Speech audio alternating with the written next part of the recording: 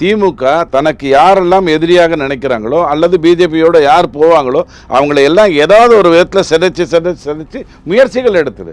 ஏன்னா மிகப்பெரிய பணம் இருந்ததாக தியாகராஜன் சொல்றாரு. மாப்பிள்ளைக்கிட்டையும் மச்சனங்கிட்டையும் வருஷத்துக்கு 30,000 கோடி, 5 வருஷத்துல 1,50,000 கோடி போயிருக்குன்னு சொல்றேன். இந்த பணத்தை வச்சுட்டு யாரை வேண்டுமானாலும் விலைக்கு வாங்கலாம். பைடன் மாதிரி அர்த்தமுற்றவரும் அமெரிக்காவை சாவடிக்கலாம், ட்ரம்ப் மாதிரி காமெடியனும் அமெரிக்காவை சாவடிக்கலாங்கிற மாதிரி இங்க திமுகவால் எதை வேண்டுமானாலும் செய்ய முடியுங்கிற ஒரு சூழ்நிலை கொண்டு வந்து விட்டுருக்கீங்க.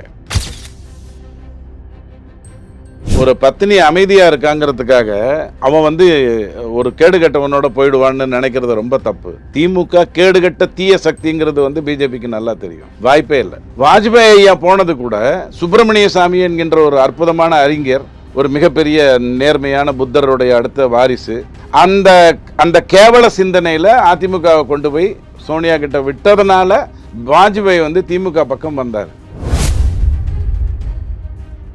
இவங்க டெல்லிக்கு போயிட்டு வந்துட்டா அங்க யாருக்கோ பணம் கொடுத்துட்டாங்க, உடனே கேஸ்ல தப்பிச்சிடுறாங்கன்னு நினைக்கிறாங்க. இன்னி வரைக்கும் நேருடைய மகன் எதற்காக நிர்மலா சீதாராமன் அம்மாவை சந்திச்சாங்கன்னு நிர்மலா சீதாராமன் அம்மா வெளியில சொல்லணுமா வேண்டாமா தெரியல, சொல்லல. அப்ப மக்கள் என்ன நினைப்பாங்க? இன்னைக்கு நேருவுக்கு எதிராக நீங்க எஃப்ஐஆர் போட போறீங்க, கேஸ் நடத்த போறீங்க அப்படின்னு போய் தமிழகம் எங்கும் போய் சொல்லுங்க. அவங்க என்ன சொல்லுவாங்க? இல்லையே, அவங்க ஏற்கனவே நிர்மலா சீதாராமன் அம்மா நீதிமன்ற தலைமை நீதிபதியா? 100 ரூபாய் பட்ஜெட் 200 ஆனதுனால தானே 4.5 லட்சத்துக்கு பதிலாக 9 லட்சத்தை இவங்களால கடன் வாங்க முடிஞ்சது. இப்ப இந்த 100 ஆக்கினதுல ஸ்டாலின் ஐயாவுக்கோ அல்லது தங்கம் தென்னரசுக்கோ அல்லது திமுகவுக்கோ ஏதாவது காரணங்கள் இருக்கா? இதை பண்ணாங்க, கனிம வளத்தெல்லாம் உள்ள கொண்டு வந்துட்டாங்க, மணல் ஊழல் எல்லாம் உள்ள கொண்டு வந்துட்டாங்க, சாராய ஊழல் எல்லாம் உள்ள கொண்டு வந்துட்டாங்க அப்படின்னு நீங்க சொல்ல முடியுமா? இல்ல. 100-200 எப்படி ஆச்சு? நானும் நீங்களும் நம்மளுடைய 3 தலைமுறையும் 4 தலைமுறையும் வரி கட்டி கொண்டிருந்தது. ஆனால் அது அரசுக்கு போகாம இருந்தது. ஜிஎஸ்டி வந்ததுக்கு பிறகு மோடி அங்க உட்கார்ந்துகிட்டு ரொம்ப தெளிவா யார் ஏமாத்தினாலும் ரொம்ப பியூட்டிஃபுல்லா பிடிச்சிடுறாரு. ஏன்னா அந்த ஜிஎஸ்டி சிஸ்டமே அப்படித்தான், நீங்க தப்பிக்க முடியாது.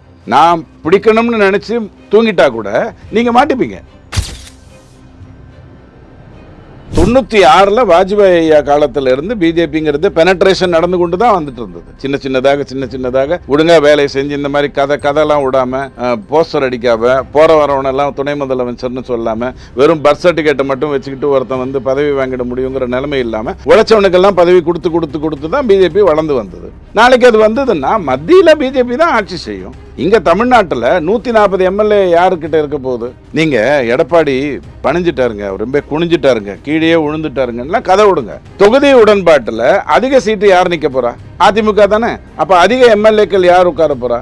அதிமுக தானே. அப்ப எப்படி பிஜேபி ஆட்சி செய்யும்?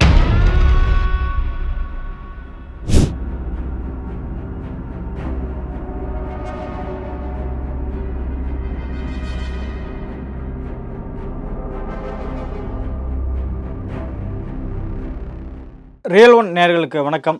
இன்று நம்முடன் இணைகிறார் அரசியல் விமர்சகர் திரு ரவி டிடிஎஸ் அவர்கள்.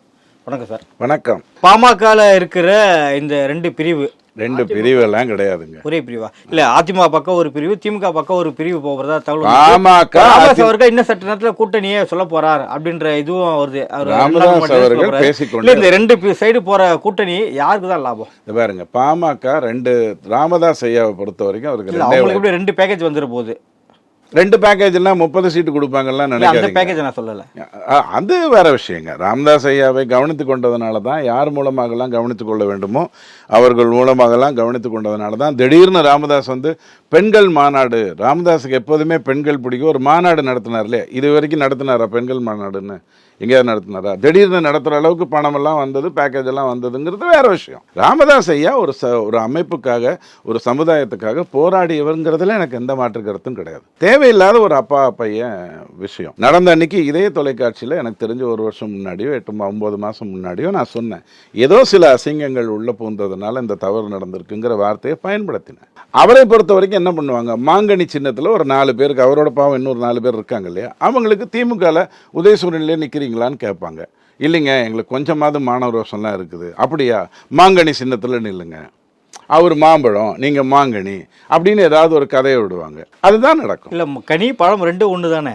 கனி பழம் 2 ஒன்று தான். அப்போ எப்படி ஒரே சிம்பிள் எப்படி ஒர்க் அவுட் ஆகும்? சின்னல அப்போ பலாப்பழம் ஒரு சின்னத்தில் நின்றாருன்னா அப்புறம் என்ன பண்ண முடியும்? அந்த மாதிரிலாம் பேசாதீங்க. அதாவது வந்து பாமக ஒன்றுதான், பாமக அன்புமணியோட தான் இருக்கு. ஒரு 5% பேர் ராமதாஸ் ஐயாவை இன்னைக்கும் இவங்க எல்லாருமே மதிக்கிறாங்க. அன்புமணி இந்த 3 மாசத்துல எங்கேயாவது ஒரு வார்த்தை தவறா பேசினாரு அவங்க அப்பாவை பத்தி?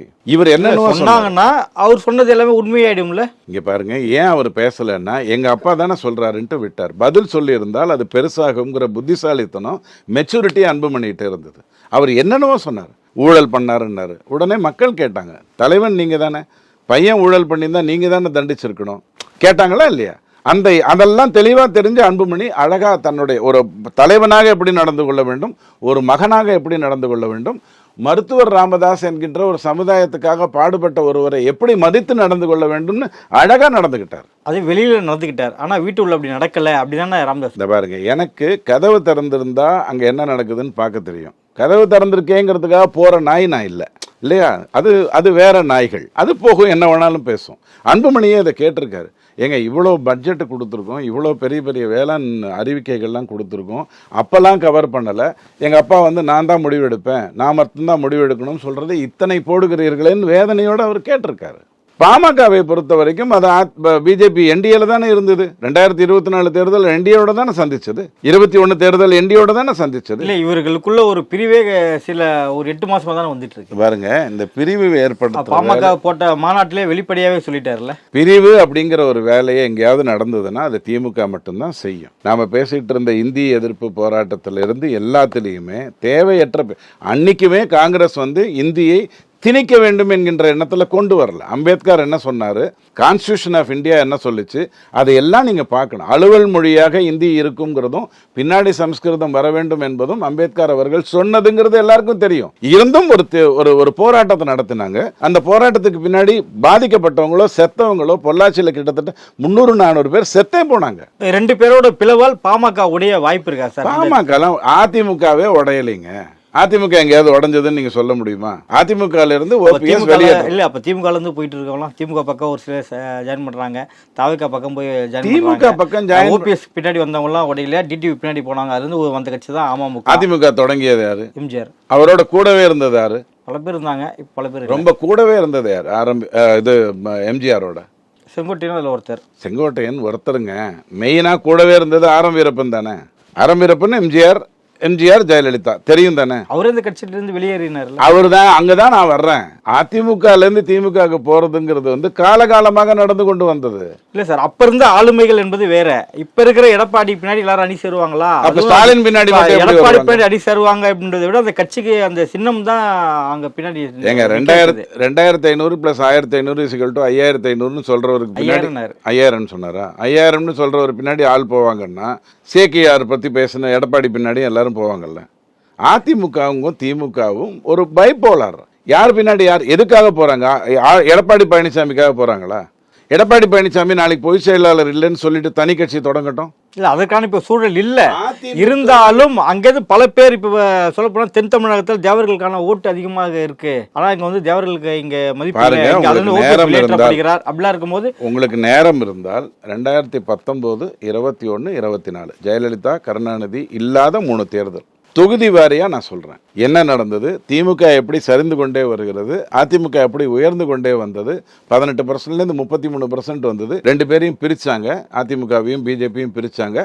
அப்ப கூட 20+18 38க்கு தான் வந்தது. உயர்ந்து கொண்டு தான் வந்தது. திமுக சார்ந்து கொண்டு தான் வந்தது வாக்கு வித்தியாசத்துல. அப்படிங்கறதெல்லாம் நான் எடுத்து சொல்றேன், தொகுதி வாரியா சொல்றேன். இல்ல ஒரு சின்ன சந்தேகம் இருக்கு. கடந்த நாடாளுமன்ற தேர்தலில் பாஜகவுடன் சேர்ந்தால் இஸ்லாமியர், அதை நீங்களே சொல்லியிருக்கேன், சிறுபான்மை ஓட்டு வராது அப்படின்றதான் பிரிஞ்சு நிற்கிறேன். 2026 இணைஞ்சிருக்காங்க. இந்த கூட்டணி இப்ப மட்டும் எப்படி ஏத்துப்பாங்க? ஐயா 2019 இது வந்து எடப்பாடியோட பார்வைன்னு பார்க்கும்போது ஒரு சுயநலவாதியான.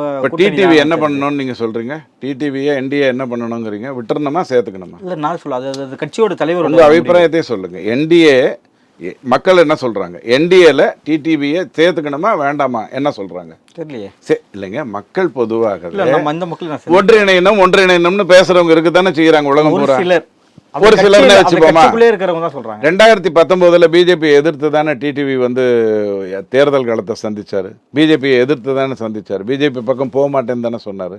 ஈரோடு கிழக்கு தேர்தல் முடிஞ்ச உடனே முஸ்லீம் வாக்குகள், சிறுபான்மையினர் வாக்குகள் பிஜேபியோடு இருந்தா வராதுன்னு செங்கோட்டையன் தானே சொன்னாரு. அவங்களெல்லாம் தான் நீங்க உள்ள சேர்க்கணும்னு சொல்றீங்க.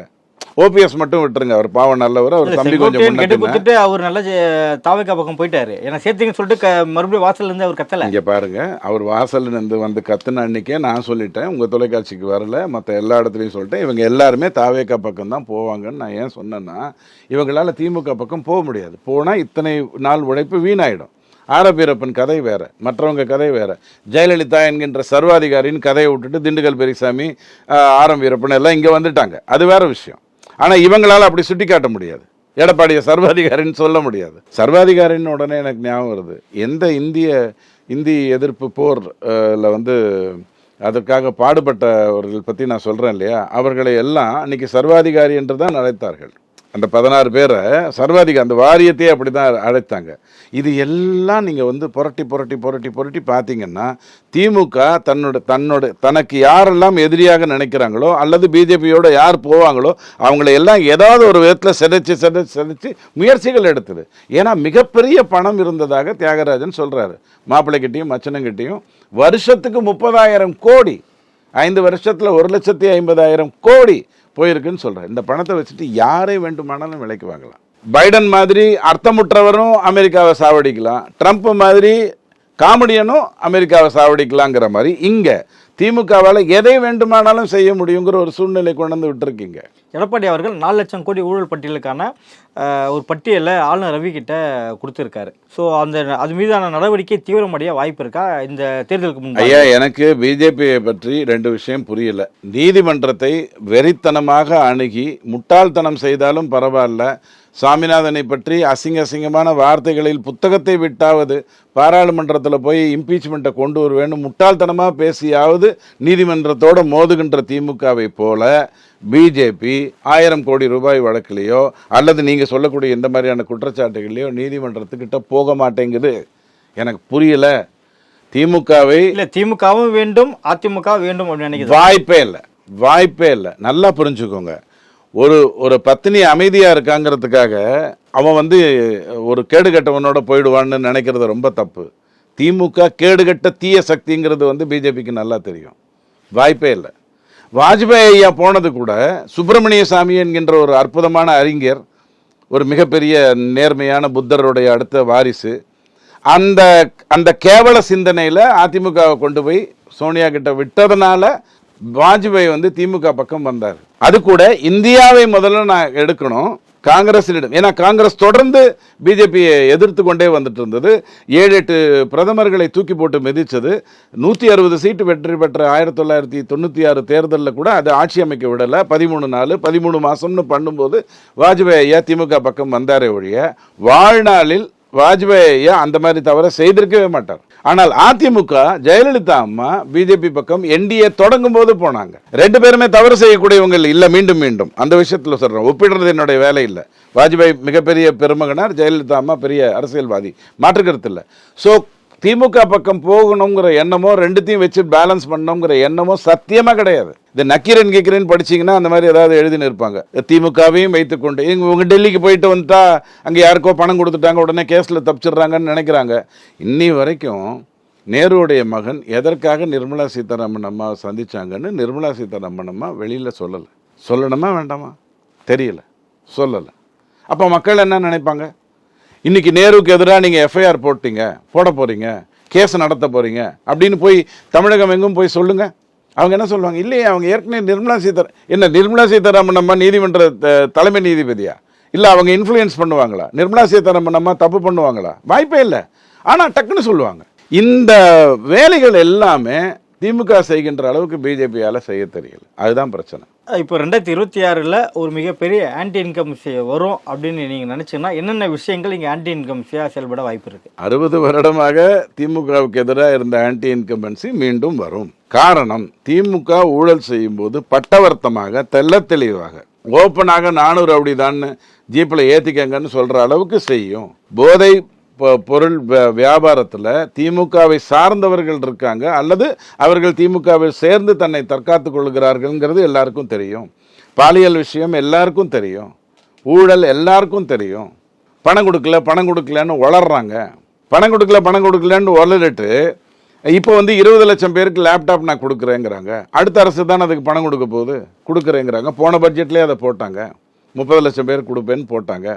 இந்த மாதிரியான வேலைகளை வெறும் 2000 கோடி வரல, 2500 கோடி வரலைங்கிறத வச்சுக்கிட்டு 4 லட்சம் பட்ஜெட்டில் ஊழல் செய்துட்டு தப்பு பண்ணுறாங்க. ஆனால் பேசுகின்றவர்கள், பிஜேபி சார்ந்து பேசுகின்றவர்கள் ஒரு விஷயத்த சொல்லணுமா வேண்டாமா? என்னது? 4.5% தானே வாங்க முடியும் கடன். அதிமுக 4.5 லட்சம் வாங்கும் போதும் 4.5% தானே. இன்னைக்கு 9 லட்சம் வாங்கியிருக்காங்க, கோடி வாங்கியிருக்காங்கன்னா அதுவும் 4.5% தானே.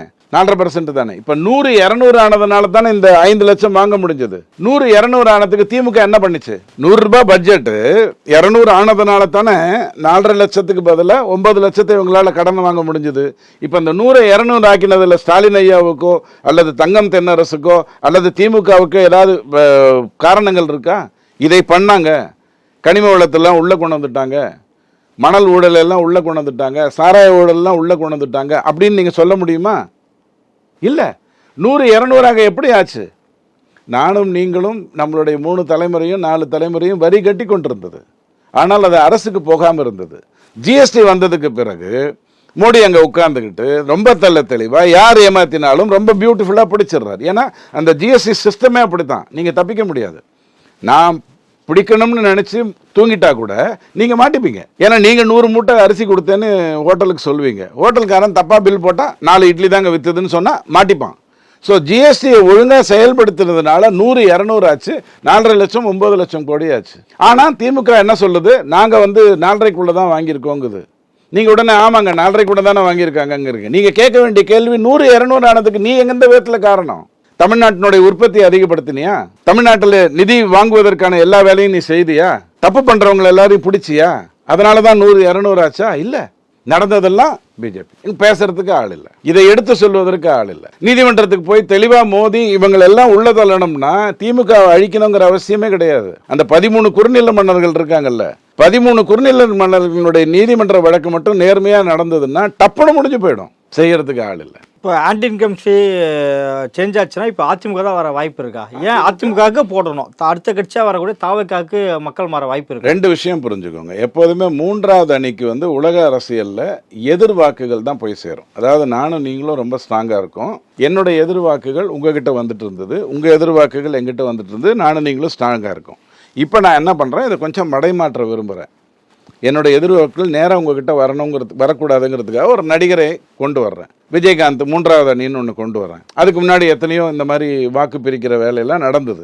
ஆனால் இந்த வாட்டி நடக்க போகிறது என்ன அப்படின்னு சொன்னால், ஆதரவு வாக்குகள், திமுகவின் ஆதரவு வாக்குகள் விஜய்கிட்ட போகிறதுக்கு வாய்ப்பு இருக்குது. காரணம், திமுகவை சார்ந்த பெண்கள் 40+ இருக்கக்கூடிய பெண்கள் பார்த்தாச்சப்பா திமுக விஜய்கிட்ட போகும்னு சொல்வதற்கு வாய்ப்புகள் இருக்கிறது. அப்போ என்ன ஆகும்? இந்த வாக்கு அதிமுகவுக்கு போகல, ஆனால் விஜய்கிட்ட போகுது. ஆனால் அதிமுக எதிர்வாக்குகள் இருக்கு இல்லையா, அது விஜய்கிட்ட போவதற்கோ திமுக கிட்ட வருவதற்கோ காலம் வாய்ப்பு இல்லை. ஏன்னா இது ரெண்டும் செட்டில் ஆயிடுச்சு. திமுக வாக்காளர் அதிமுக வாக்காளர் ஆல்ரெடி செட்டில் ஆயிடுச்சு. அதிமுக வந்தாதாங்க நல்லது. அங்கேயும் பிஜேபி 3 வாட்டி வெற்றி பெற்றுச்சு. இனி இந்தியாவை ஆளப்போவது பிஜேபி தான். 18 மாநிலத்தில் ஆளுகின்றது. மத்திய அரசுலேருந்து பணம் வந்தால் தானங்க பண்ண முடியும். சும்மா புலம்பிக்கிட்டே இருந்தால் பண்ண முடியுமா? திமுக மாதிரி புலம்பிக்கிட்டே இருந்தா பண்ண முடியுமா? அப்படிங்கிற ஒரு எண்ணம் ஆட்டோமேட்டிக்கா வரும். சோ அதிமுக எதிர்வாக்குகள் விஜய் கிட்ட போகாது. அதிமுக கூட்டணிக்கு வாக்களித்தால் தமிழ்நாட்டை பாஜக தான் ஆட்சி செய்யும் அப்படின்ட்டு முதல்வர் ஸ்டாலின் நேரடியாவே ஒரு குற்றச்சாட்டை. ரொம்ப சந்தோஷம். ISIS ஆட்சி செய்தாதான் தப்பு, தேவாலயங்கள் ஆட்சி செய்தாதான் தப்பு, மடங்கள் இந்து மடங்கள் ஆட்சி செய்தாதான் தப்பு. இல்ல பாஜக ஆட்சி செஞ்சால இந்துக்கள் தான் ஆட்சி செய்யற மாதிரி, அதாவது இந்து சனாதனவாதிகள் தான் இங்க ஆட்சி செய்யறாங்க. இந்தியா பூரா 18 மாநிலத்துல பிஜேபி தானே ஆட்சி செய்யுது. இல்ல இங்க எப்படி பாஜக கட்டமைக்க? 18 மாநிலங்கள்ல பிஜேபி தானே ஆட்சி செய்யுது. ஜார்க்கண்ட்ல ஆட்சி செய்தா? இல்ல. பஞ்சாப்ல ஆட்சி செய்தா? இல்ல. வெஸ்ட் பெங்கால்ல ஆட்சி செய்தா? தமிழ்நாட்டில் ஆட்சி செய்தா? கேரளாவில் ஆட்சி செய்தா? எங்கேயும் இல்லை. தெலுங்கானாவில் ஆட்சி செய்யுது. 6 மாநிலங்கள்ல அதை ஆட்சி செய்யலை. அப்போ அந்த 6 மாநிலங்களுக்குள்ள ஊடுருவதுங்கிறது நடக்கத்தானே செய்யும். 96ல் வாஜ்பாய் ஐயா காலத்தில் இருந்து பிஜேபிங்கிறது பெனட்ரேஷன் நடந்து கொண்டு தான் வந்துட்டு இருந்தது. சின்ன சின்னதாக ஒழுங்காக வேலையை செஞ்சு இந்த மாதிரி கதைலாம் விடாமல் போஸ்டர் அடிக்காம போகிற வரவனெல்லாம் துணை முதலமைச்சர்னு சொல்லாமல் வெறும் பர்த் சர்டிஃபிகேட்டை மட்டும் வச்சுக்கிட்டு ஒருத்தன் வந்து பதவி வாங்கிட முடியுங்கிற நிலைமை இல்லாமல் உழைச்சவனுக்கெல்லாம் பதவி கொடுத்து தான் பிஜேபி வளர்ந்து வந்தது. நாளைக்கு அது வந்ததுன்னா மத்தியில் பிஜேபி தான் ஆட்சி செய்யும். இங்கே தமிழ்நாட்டில் 140 எம்எல்ஏ யாருக்கிட்ட இருக்க போகுது? நீங்கள் எடப்பாடி பணிஞ்சிட்டாருங்க, ரொம்ப குனிஞ்சிட்டாருங்க, கீழே விழுந்துட்டாருங்கலாம் கதை விடுங்க. தொகுதி உடன்பாட்டில் அதிக சீட்டு யார் நிற்க போகிறா? அதிமுக தானே. அப்போ அதிக எம்எல்ஏக்கள் யார் உட்கார போகிறா? அதிமுக தானே. அப்போ எப்படி பிஜேபி ஆட்சி செய்யும்? அதை கண்ட்ரோல் பண்ணுற இடத்துல பாஜக தான் இருக்கு அப்படின்னு சொல்கிறாரு. அவங்க சொல்கிறது தான் சட்டம். இந்த பாருங்க, நாட்டை பொறுத்த வரைக்கும் பிஜேபி சொல்கிறது தான் சட்டம். தமிழ்நாட்டை பொறுத்த வரைக்கும் சட்டமன்றம் ஏற்றுவது தான் சட்டம். முட்டாள்தனம். நீட்டை ஹேண்டில் பண்ண விதம் எடுத்துக்கோங்க. அதிமுகவுக்கும் நீட்டு வேண்டாங்கிற எண்ணம் இருக்குது, திமுகவுக்கும் நீட்டு வேண்டவே வேண்டாங்கிற எண்ணம் இருக்குது. ஏன்னா 27 மருத்துவக் கல்லூரியில் முக்கால்வாசி இவங்க சார்ந்து பாதுகாக்கப்பட்டு வந்துட்டு. ஆனால் அந்த நீட்டை பொறுத்த வரைக்கும் அவங்க சொல்கிறாங்க, ஏங்க இது சுப்ரீம் கோர்ட்டில் போய் போராடினாதாங்க உண்டு, நீங்கள் திசை திருப்பி பிரயோஜனம் இல்லைன்னு அதிமுக ரொம்ப தெளிவாக சொல்லிட்டு இருந்தது. இல்லை நான் வந்து கேட்டுவேன் மாட்டுவேன்னு சொன்னது யாரு? திமுக. மாட்ட முடிஞ்சுதா? அதிமுக ஒரு விஷயத்தை ஹேண்டில் பண்ணுறதுக்கும் இவங்க எல்லாருமே ஒரே வாக்கு வங்கி அரசியல் தாங்க. 53 கட்சி தமிழ்நாட்டில் இருக்கு இல்லையா, அதில் 48 போச்சு இல்லையா ஒரு சர்வ கட்சி கூட்டணிக்கு நிகழ்ச்சிக்கு, எல்லாமே ஒரே கேஸ் தாங்க. அதில் ஒன்றும் மாற்று கருத்து இல்லை. ஆனால் ஹேண்டில் பண்ணுற வித்தியாசம் தான் முக்கியம். நீட்டு போச்சுன்னு சொல்லும்போது அழகாக அந்த 7.5% உள்ளே கொண்டு வந்து அரசு பள்ளி மாணவர்கள் கிட்டத்தட்ட 2500 பேர் இது வரைக்கும் இந்த 7 வருஷத்தில் மட்டும் மருத்துவ சீட்டு பெற்றிருக்காங்க. இது நடந்தது எதனால? அதிமுக ஒரு விஷயத்தை புத்திசாலித்தனமாக ஹேண்டில் பண்ணதுனால. இது வெறித்தனமாக இல்லை ஹேண்டில் பண்ணோம், முரண்பட்டு தானே ஹேண்டில் பண்ணோம். அது அப்படி பண்ணலையே, அழகாக கொண்டு போய் ஹேண்டில் பண்ணிச்சே. அதுதான் வித்தியாசம். ஏன்னா அதிமுகவுக்கு ஆன்மீக சிந்தனை உண்டு. குறைந்தபட்சம் போலி நாஸ்திகம் கிடையாது. அதிமுகவில் நாஸ்திகர்கள் இருக்காங்க, போலி நாஸ்திகம் கிடையாது. தேசிய சிந்தனை உண்டு, பிரிவினைவாதிகள் கிடையாது. ஒரே விஷயம் தானே, இவங்க எல்லாரும் ஒரே விஷயம் தானே எதிர்க்கிறாங்க. பிஜேபி மட்டும்தானே எதெல்லாம் நாட்டுக்கு நல்லதோ அதை பேசி கொண்டிருக்கு. இவங்கெல்லாம் ஒத்திசைத்து தானே உட்காந்துருக்காங்க. இடபிள்யூசிக்கு 10% கொடுக்கக்கூடாதுன்னு அதிமுகவும் தான் சொல்லுது. ஆனால் அங்கே காங்கிரஸ் ஓட்டு போட்டுட்டு தானே வந்திருக்கு, கம்யூனிஸ்ட் ஓட்டு போட்டு தானே வந்திருக்கு இடபிள்யூசிக்கு. இங்கே உட்காந்து நடிக்கிறாங்க. ஸோ முரண்படுவது அப்படிங்கிறது வந்து திமுக எது புத்திசாலித்தனமோ அதில் சந்து பந்து பார்க்க வேண்டிய. ஆளுநருடைய கையெழுத்து இல்லாமல் அந்த 7.5% வந்தது தெரியுமா? ஆளுநருடைய கையெழுத்து இல்லாமல் தான் அதிமுக அந்த 7.5% கொண்டு வந்தது.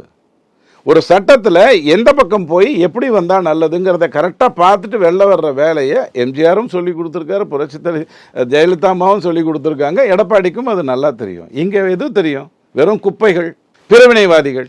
இல்லைன்னா இந்த மாதிரி தைரியமா ஒரு பேச்சாளர் டிவியில் பேசுற ஒருத்தனை கீழே வந்து 100 பேர் தாக்கி அடிக்கிறதுங்கிற வேலையை செய்ய வைக்க முடியுமா? முட்டாள்கள் மட்டும்தானே செய்வாங்க. எவ்வளவுதான் உணர்வு பூர்வமாக. இப்போ சூர்யா வந்து ரொம்ப தெளிவாக பேசக்கூடியவர், பார்த்துருக்காங்க மக்கள் என்ன நடந்ததுன்னு. அதை மீறி ஒரு விஷயம் நடக்குது அப்படின்னு சொன்னா இந்த முட்டாள்தனத்தை வேற யாராவது செய்வாங்களா? திமுக மட்டும்தான் அதை செய்ய முடியும். உடனே அதை மடைமாற்ற முடியும், கதை பேச முடியும். நாமெல்லாம் லூசு மாதிரி இந்திய எதிர்ப்பு பண்ணது கருணாநிதி ஐயா, ஏன்னா தண்டவாளத்தில் போய் அவர் தான் படுத்தாருன்னு சொல்லுவோம். ஒரு கை ஓசை படம் பார்த்தீங்கன்னா தெரியும், பாக்யராஜ் படுத்த கதை தண்டவாளத்தில். அந்த பக்கம் ட்ரெயின் போயிட்டுருக்கு, இவர் படுத்துட்டு இருப்பார். அப்படி தான் படுத்தார். நேர்மையான பெரியாரிஸ்டுகள் இன்னும் இருக்காங்க, நேர்மையாகவே தமிழுக்காக போராடியவர்கள் இருக்காங்க. அவங்க சொல்கிற கருத்துக்கள் கேட்டால் தான் இந்த திமுக எவ்வளோ பெரிய பித்தலாட்ட கும்பல்னு தெரியும். நடப்பு அரசியல் குறித்து பல்வேறு கருத்துக்களை பதிவு மிக்க நன்றி சார்.